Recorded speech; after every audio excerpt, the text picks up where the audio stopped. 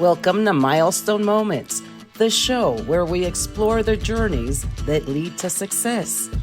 I'm Sheila Slick, your host and founder of 5 Milestones. In every episode, we will bring you insights from the minds of entrepreneurs, leaders, and experts who will share not just their expertise, but the milestone moments that have reshaped their journeys and led to significant achievements.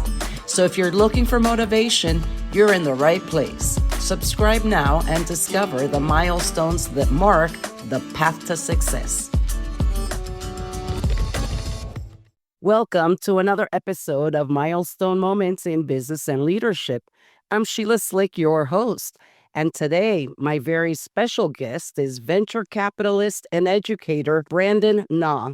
With over 25 years of experience of a career spanning in education, marketing, and startups, Brandon has helped companies achieve remarkable exits and then growing another company 1,400% in under 3 years. Brandon has also helped hundreds of young adults reach their initial educational milestones at Stanford Online HS, Yale, Andover, and more. Welcome to the show, Brandon. Well, thank you, Sheila, for having me. I'd love to first hear your origin story. What led you to become a VC? Walk me through that journey. Sure. To be honest, it's a long story, but I'll try to encapsulate it as short as possible because obviously we don't have a ton of time here to listen to my entire life story here. But briefly, in 2020, when I was doing my own startup called whenileave.com, I encountered VCs in the industry, and at the time, I didn't know where VCs were as far as the time you should actually contact VCs, because what people don't realize is you don't go straight to a VC if you have an idea or you have a business that is even doing well.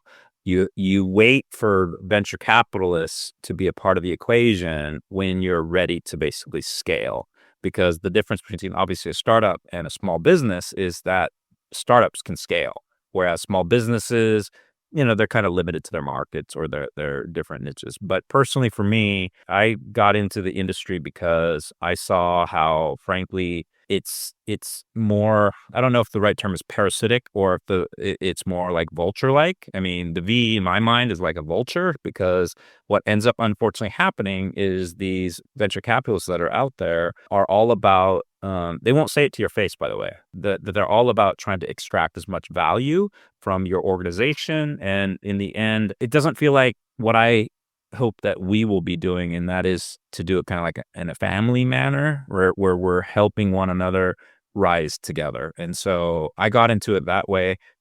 To be honest, it was a long road up through that time to really understand if this made sense. But yeah, in short, that was how I got into venture capital. So you had your own project. Did you find a venture capitalist, or no, you decided to start your own venture capital firm, Good People's Ventures? No, GPV, Good People's Ventures, didn't start until, frankly, early this year.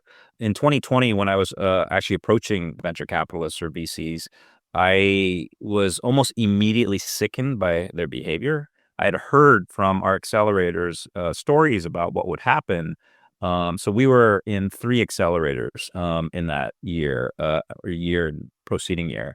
And I started to schedule appointments with venture capitalists. And in my first meeting, I was truly, truly disappointed in the whole process. I knew I could continue down the path, which everybody has the ability to basically knock on the doors and pitch all the VCs.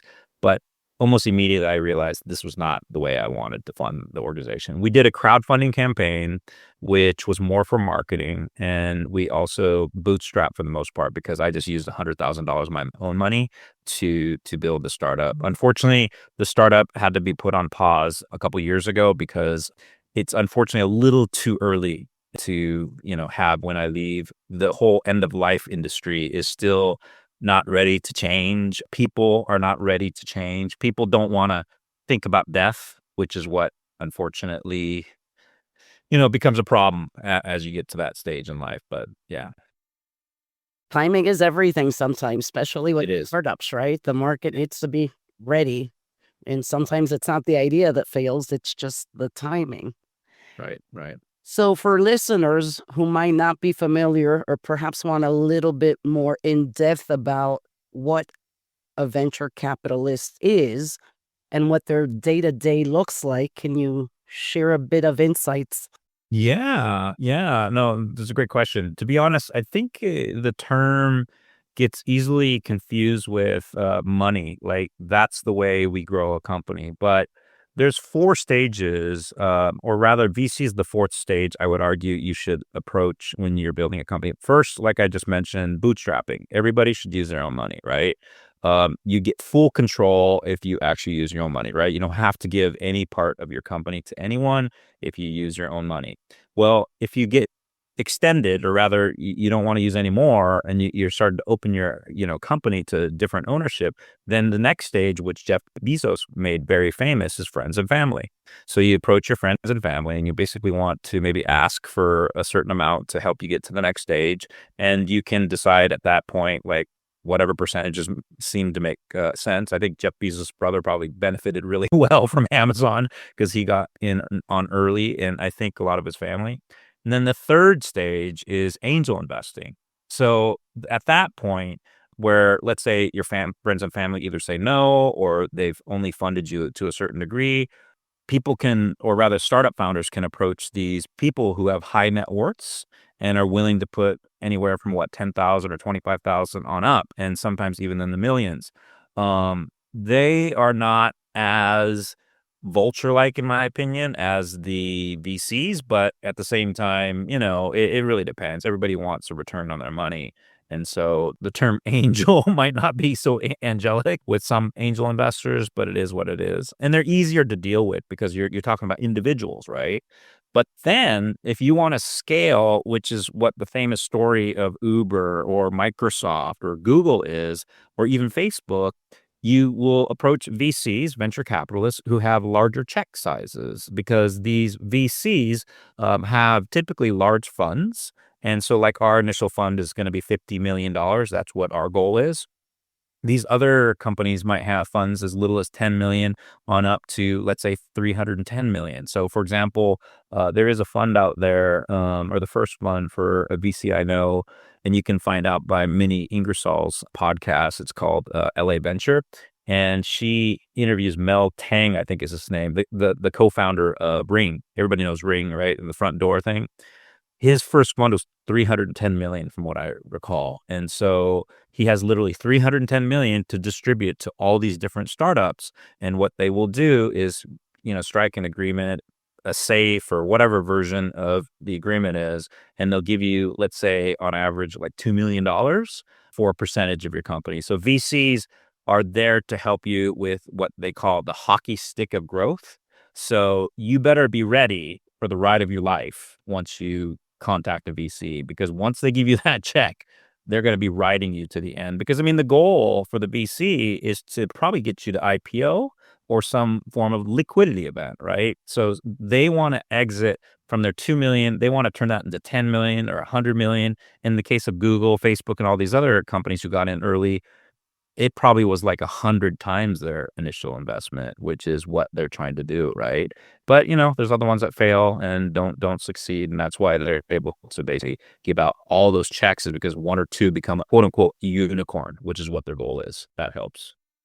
It does. And it also helps to clarify, like I had mentioned before, being a business consultant or even as a SCORE mentor, a lot of people are under the impression that the process is immediate. I'm going to form a company or I have an idea, and they're immediately in their minds thinking I'm going to fund it either with grants or look for venture capitalists to fund it. And it requires a couple of steps before it gets to that point. Exactly. And I might have mentioned it maybe before our interview here, but there's crowdfunding options now. There are syndicates that are kind of versions of angel investors. There's so many different types of, like, funding. If you read Brad Feld's, I can't remember what the name of his book is. He's a very famous person who kind of outlines a lot of the finance financial aspects of funding. He can give you an idea. One of my recent interviews with Kimberly Kovacs, she's the CEO of Renew. She has this rich history in VC funding and the cap table, which we haven't talked about yet. And she outlines a lot of the most amazing kind of ways of actually getting funding, including, from what I remember, she said something about indenture notes or some kind of like bond or something you convert from an agreement where, you automatically give them equity. You could do something where they have the right to equity, which I don't know if your listeners understand what equity is, but basically a share of the company. And so sometimes you can do things very creatively to get what you need. Is that the same as vested equity? I've heard the term vested. No, vesting, the concept of vesting is basically when you obtain the equity, right? It's like when you actually buy the equity or the equity is finally in your rights. Like, for example, when I joined Amazon years ago, so I joined in 2001, if I recall correctly, I got 1,000 shares as options, right? And it vested over a period of 4 years. So I got 25% every single year. And so I had the right to buy it at $12 a share. And so if I would have known that it would have been $2,000-3,000 a share in 20 years, obviously I would have probably vested and purchased the stock, but I didn't know at that time. We were actually under the impression that eBay would take over the world at that time. And we were actually worried more of our collapse than we were of our success, or at least the employees were. Jeff, on the other hand, was probably a little bit different in terms of mindset. If you were advising a bootstrapped SaaS or software as a service founder in their first year, what 2 or 3 metrics would you tell them to obsess over in order to succeed and then start looking for an investor? So, Sheila, I would say maybe not obsess over the metrics as much as obsess over a couple of different things that I think most startups who succeed potentially obsess over. Those would be the team. Because to be honest, if your team is not effective at, executing on the different aspects of growth or finance or maybe even legal, unfortunately, you won't be able to grow the startup in the way that most startups want to succeed, right? As the CEO or maybe even the co-founder, you can't do everything on your own. So your team is actually very, very important. So, I mean, if you had to delineate to a certain metric, is maybe growing a team to a certain number and then tying it to perhaps revenue. I mean, maybe that's maybe the other metric, if you want to keep track of metrics, is making sure you are profitable. Because one thing that I think a lot of companies in the early stages fail to do is they don't operate like a traditional business, which is you gotta make money, right? They have this perception that you can just borrow the heck out of the world and then ride it to the end, and that your check will be basically what takes care of you till the end. It's not true. You have to have a sound business that will operate all across, the entire path until the end. So those are a couple things that I would say. Again, I wouldn't focus on the metrics as much, because here in the beginning, you need to have a solid foundation. And I think that's what, unfortunately, a lot of these companies fail to have. And part of it is because they have one missing piece, which is grit. And that's something that a lot of companies, or rather startups, don't talk about. But I will tell you, every single VC that I know will be focused on the founder. And what they won't tell you is possibly the secret is which founders actually have grit and are able to basically get back from any potential setback. Because, I just did another podcast interview recently, and what she specifically said is the most successful startup founders, and by the way, she's invested in so many of them, and she was on Wall Street for many, many years, but her thoughts were the most successful startup founders are the ones that bounce back, the ones that don't get stressed out about losses. They don't get stressed out about product market fit not happening right at the beginning, right? Or they don't get stressed out about the fact that they have to pitch 2,000 VCs. So the ones that have the grit or the ability to persist through this stuff are the ones who succeed. Interesting. So, data shows that women led startups receive a lot less funding than their male counterparts. So, from your perspective, why does this gap exist? Well, unfortunately, the industry, or rather business in general, has always been male dominated, right? And primarily it's because women were doing things like raising kids, or they were, in the traditional sense, they were pursuing different things that were considered female responsibilities. I'll be honest, my favorite business people are women. And the reason is because they're so caring. They're very caring to the degree that they care beyond even the business, and, their children. The startup founder I was just talking about, Ellie, was telling me about her daughters, for example, when we were having the interview. Like, that's one of her most proud accomplishments is her daughters, right? Male founders are funny to a certain degree because they don't worry necessarily because they know that their wife is taken care of. So women have an extra burden, I would say. So I think that's part of the challenge. And the boardrooms are male dominated. The industry's male dominated as far as funding. So if you look at the VCs that are in the top, they're all male dominated, and they don't take the same perspective of business, and they're very much like sharks when it comes to investing, right? It's going to take some time. What can we do to help more women be successful with their startups or raising their capital? Well, first off, I did see this in my Clubhouse days. So I don't know if you know Clubhouse, but there was this social media, I guess, startup called Clubhouse in 2020. Funny enough, the reason why I got into Clubhouse is I was helping two women who were trying to empower other women to do e-commerce and other kind of businesses from a women's perspective, because they told me at that time, that was the first time I had heard about this, is that 98% of the VC funding goes to men and only 2% go to women. And so I was shocked, so much so that I was actually disappointed. And I was kind of on this, war path of, I'm going to change this. And so I would run into these rooms and I would support the women. And then all of a sudden they would turn to me and they go, "Why are you here? You're a guy. Why would you want to help us?" And so I got questioned a lot. And it wasn't just towards me. I had a lot of female founder friends who said they were attacked for supporting me, or they were also not working together. They were attacking one another. So some of the women were bringing each other down, and it's really sad. Now, I won't say that's the case across the board, because I've been fortunate to meet amazing female founders. So I mentioned Kimberly Kovacs, for example, or Ellie, as far as she runs Thrabos. Another one, Kate Bradley, she runs a company called Lately, which is a social media AI company. And all of these women are amazing.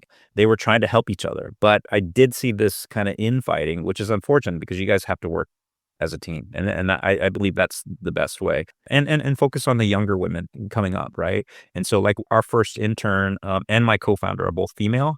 And we made sure in our VC that the women quotient, or the women in the organization, will always have a certain percentage, because we believe in women's equity as far as business is concerned. Well, thank you for sharing that. And that's pretty interesting how you started getting questioned why you wanted to help women. So I wasn't expecting that answer. So that's a little bit about Good People's Ventures and how people can either connect with you or learn more about what you do. Sure. Thank you for even asking. So what Good People's Ventures basically is, it's an accelerator backed by VC funds. And we're currently actually positioning ourselves to think about maybe incubating. So incubating, starting companies, accelerating, making them grow faster. And then the VC component is the funding, right? And so we're kind of a hybrid of sorts, with the hopes of actually helping the education industry. So we've definitely leaned into that and have decided that will be the vertical we focus on. A lot of VCs like to work in several verticals to kind of offset, to make sure that they don't lose across the board. For example, let's say education is not the best place to invest in. They might invest in, let's say, food services or something like that, or maybe entertainment. And so they have three different areas to invest in. We've decided education is the primary area that really needs the help. despite the fact that it doesn't have the most sexy results, at least in the United States, we intend to invest in that area regardless, because Vicky and I, the co-founder, and now we have a new partner on our team, have decided that we will do whatever we possibly can to change that part of at least the world, because we do feel like that's very lacking right now. And so GPV is focused on education using basically three different types of, I guess, startup support. We have not raised our fund yet. We're still in the process. So one thing that people don't understand is VCs actually have to go out and beg for the money. So we're in that stage right now and approaching a lot of people. But we'd love to have anybody, be a supporter, whether it be just someone on social media to actually investors. So we are currently actually talking to several potential LPs, and then the list just continues to grow and grow as people learn more about us. So what is your next milestone? My next milestone would probably be making sure we have, I would say, around 8 or so LP candidates by 2026. The interesting thing is it's not just one milestone. We have several. We are also considering, and I can't tell the whole secret yet, but this is going to be possibly the most revolutionary accelerator in history, because we have an idea that's combining some of my Korean background, and which a lot of people don't realize. Korea is one of the most tech-savvy, innovative countries in the world. They were rated #1, I believe, by AP News 2 or 3 years ago. I've always known how Korea kind of advances along the technological path, and frankly, they're very innovative. And so we're going to leverage some of that ideation kind of stuff with this accelerator. And so that is also something that would be one of the milestones that we're trying to attain by spring of 2026. And lastly, obviously it's always good to have the team formed. So we're currently looking for a fourth and fifth partner. And so we're hoping to have those folks on board by the end of this year. And what are you looking for in regards to the partners? So typically VCs or folks in this industry come with two types of really, really useful experiences. One is the founder or operator type of individual who has figured out how to build and exited a lot of times, or at least has learned how to, operate these companies. The other person is the person who's actually been in the VC world. So they know how to fund, they know how to raise funds, they know how the legalities of raising funds are. And so we would like a mix, somebody who has both. And so we're looking for somebody who does walk the walk, and somebody who is financially, frankly, stable enough that they don't need a salary. Because in the VC world, VCs sometimes come to the table paying for their job. They come with $1 million or $2 million. The good news with our firm is you don't have to bring the huge check, but we won't be paying you a salary. We'll be paying you basically the carry is what they call it. So we'll be investing in these companies on the money that we raise. And then the benefit to our partners is that they'll get a portion of the wins in the VC firm. And to learn more, they can visit goodpeoplesventures.com. Correct. And if anybody wants to contact me directly, just put Brandon in front of that domain and you can get a hold of me. Well, thank you so much, Brandon, for joining me today and sharing all of these insights into the VC world. Well, it was wonderful spending this time with you here today, Sheila. And thank you for your understanding, and thank you for your time. And thank you all for tuning in to another episode of Milestone Moments in Business and Leadership. Until next time.